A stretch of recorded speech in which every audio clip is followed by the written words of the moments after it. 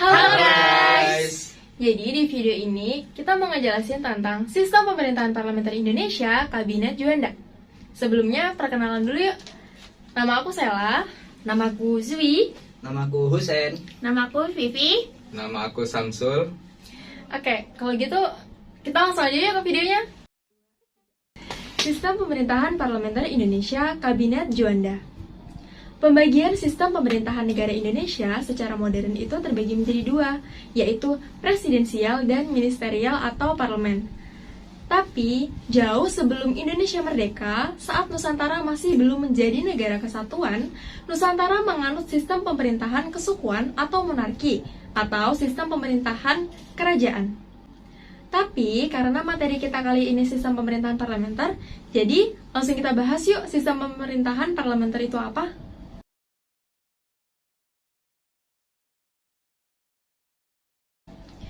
Sistem pemerintahan parlementer adalah sebuah sistem pemerintahan yang parlemennya memiliki peranan penting dalam pemerintahan. Secara sederhananya, kalau sistem pemerintahan negara Indonesia sekarang ini kan presidensial ya, di mana baik kepala negara atau kepala pemerintahannya dipegang oleh seorang presiden dan tidak ada pemisah di antara keduanya. Nah, kalau sistem pemerintah parlementer itu tetap memiliki presiden, sultan, atau raja sebagai kepala negaranya. Tetapi, jabatan tersebut hanya sebagai kepala negara, sedangkan untuk kepala pemerintahannya adalah Perdana Menteri.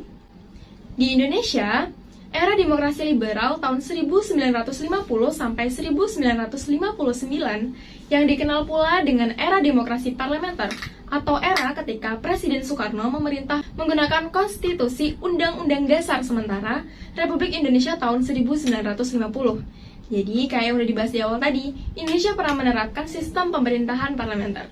Terus, siapa aja sih yang pernah menjabat sebagai Perdana Menteri di Indonesia? Nah, ternyata nih, ada 7 Perdana Menteri yang pernah menjabat di Indonesia. Yang pertama, ada Muhammad Natsir. Yang kedua, ada Sukiman Wiryo Sanjoyo. Yang ketiga, ada Wilopo.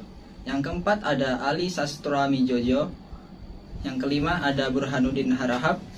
Yang keenam, Ali Sastroamidjojo kembali menjabat menjadi Perdana Menteri di Indonesia. Dan yang terakhir, ada Juanda Kartawijaya. Ada banyak banget kan tokoh-tokoh yang pernah menjadi Perdana Menteri di Indonesia? Ya, karena kelompok kami mendapat bagian untuk menjelaskan Perdana Menteri yang ketujuh, yaitu Juanda Kartawijaya. Jadi, setelah ini kami akan membahas mengenai Kabinet Second dengan Perdana Menteri Juanda.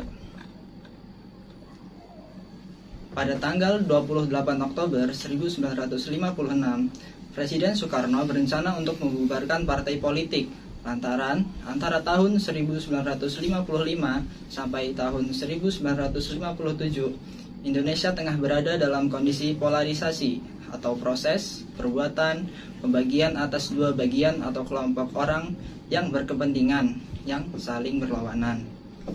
Polarisasi ini dilakukan oleh para partai politik dalam pembagian luar Jawa maupun dalam Jawa. Karena kondisi ini, Presiden Soekarno pun berencana untuk membubarkan partai politik dan 2 hari setelahnya ia menyampaikan pemikirannya untuk membentuk demokrasi terpimpin. Tapi, ide Soekarno ini membuat militer gusar. Alhasil, pada Desember tahun 1956, militer di beberapa daerah mengambil alih kekuasaan sipil dan tindakan ini ditentang oleh PKI. Akibatnya, banyak dari mereka yang ditangkap oleh militer yang diikuti dengan hilangnya sumber perekonomian. Setelah peristiwa ini terjadi, Soekarno mengumumkan darurat perang, disertai Ali Sastroamidjojo yang mengundurkan diri, sekaligus berakhirnya Kabinet Ali saat itu. Pada 9 April 1957, dibentuklah kabinet baru bersama Kabinet Karya Juanda di bawah komando seorang non-partai, yaitu Insinyur Juanda Kartawijaya sebagai Perdana Menteri. Insinyur Juanda juga didampingi oleh 3 orang wakil, yaitu Mr. Hardy, Isfam Khalid, dan Dr. Laimana. Kabinet Juanda saat itu bekerja di bawah bayang-bayang transisi antara demokrasi liberal menuju demokrasi terpimpin. Kabinet Juanda dilantik pada tanggal 9 April 1957 sampai 5 Juli 1959 yang merupakan kabinet second karena para menteri yang terlibat di dalamnya merupakan orang-orang yang ahli di dalam bidangnya.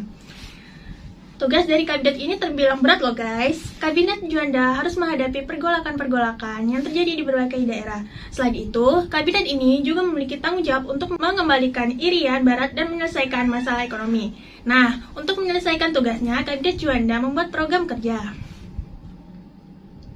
Program kerja Juanda yaitu 1. Membentuk Dewan Nasional. 2. Normalisasi keadaan Republik Indonesia. 3. Melanjutkan pembatalan konferensi meja bundar. 4. Memperjuangkan Irian Barat. Dan 5. Mempercepat pembangunan. Lalu, prestasi apa aja yang dicetak saat Juanda menjabat menjadi Perdana Menteri? Sumbangan yang terbesar dalam masa jabatannya adalah Deklarasi Juanda tahun 1957 yang menyatakan bahwa Laut Indonesia adalah termasuk laut sekitar.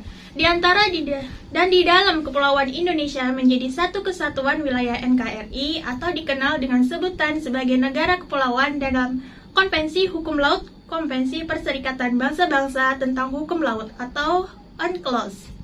Di mana pada awal mulanya, batas laut Indonesia yang hanya milik rakyat Indonesia adalah 3 mil dari garis pantai. Tapi setelah ada deklarasi Juanda, maka menjadi 12 mil dari batas laut terluar Indonesia. Daerah tersebut adalah Sabang di bagian barat, Mingas di bagian utara, Rote di bagian selatan, dan Merauke di bagian timur Indonesia. Isi dari Deklarasi Juanda yang ditulis pada tanggal 13 Desember 1957 sebagai berikut. Bahwa Indonesia menyatakan sebagai negara kepulauan yang mempunyai corak tersendiri. Yang kedua, bahwa sejak dahulu kala Kepulauan Nusantara ini sudah merupakan satu kesatuan. Yang ketiga, Ketentuan Ordonansi 1939 tentang ordonansi terdapat memecah belah keutuhan wilayah Indonesia. Dari deklarasi tersebut mengandung satu tujuan, yaitu yang pertama, untuk mewujudkan bentuk wilayah kesatuan Republik Indonesia yang utuh dan bulat. Kedua, menentukan batas-batas wilayah NKRI sesuai dengan asas negara kepulauan. Yang ketiga, untuk mengatur lalu lintas damai pelayaran yang lebih terjamin keamanan dan keselamatan NKRI. Nah, karena prestasi tersebut, Indonesia memberikan penghargaan kepada Juanda. Namanya diabadikan sebagai nama Bandara Udara di Surabaya, Jawa Timur, yaitu Bandara Udara Internasional Juanda atas jasanya dalam memperjuangkan pembangunan lapangan terbang tersebut sehingga dapat terlaksana. Selain itu juga diabadikan untuk nama hutan raya di Bandung, yaitu Taman Hutan Raya Insinyur Haji Juanda. Dalam taman ini terdapat museum dan monumen Insinyur Haji Juanda. Dan namanya pun juga diabadikan sebagai nama jalan di Jakarta, yaitu Jalan Insinyur Juanda di Bilangan Jakarta Pusat, dan nama salah satu stasiun kereta api di Indonesia, yaitu Stasiun Juanda, dan namanya juga diabadikan sebagai universitas, yaitu Universitas Juanda. Pada tanggal 19 Desember 2016, atas jasa-jasanya, pemerintah Republik Indonesia mengabadikan Juanda di pecahan uang kertas rupiah baru NKRI, pecahan Rp50.000. Kabinet Juanda berakhir disebabkan karena kegagalan kabinet tersebut dalam mengatasi pergolakan PRRI atau Permesta, serta adanya peristiwa Cikini, yaitu peristiwa percobaan pembunuhan terhadap Presiden Soekarno pada tanggal 30 November 1957. Peristiwa ini terjadi ketika Presiden Soekarno sedang menghadiri pesta ulang tahun perguruan Cikini yang ke-15.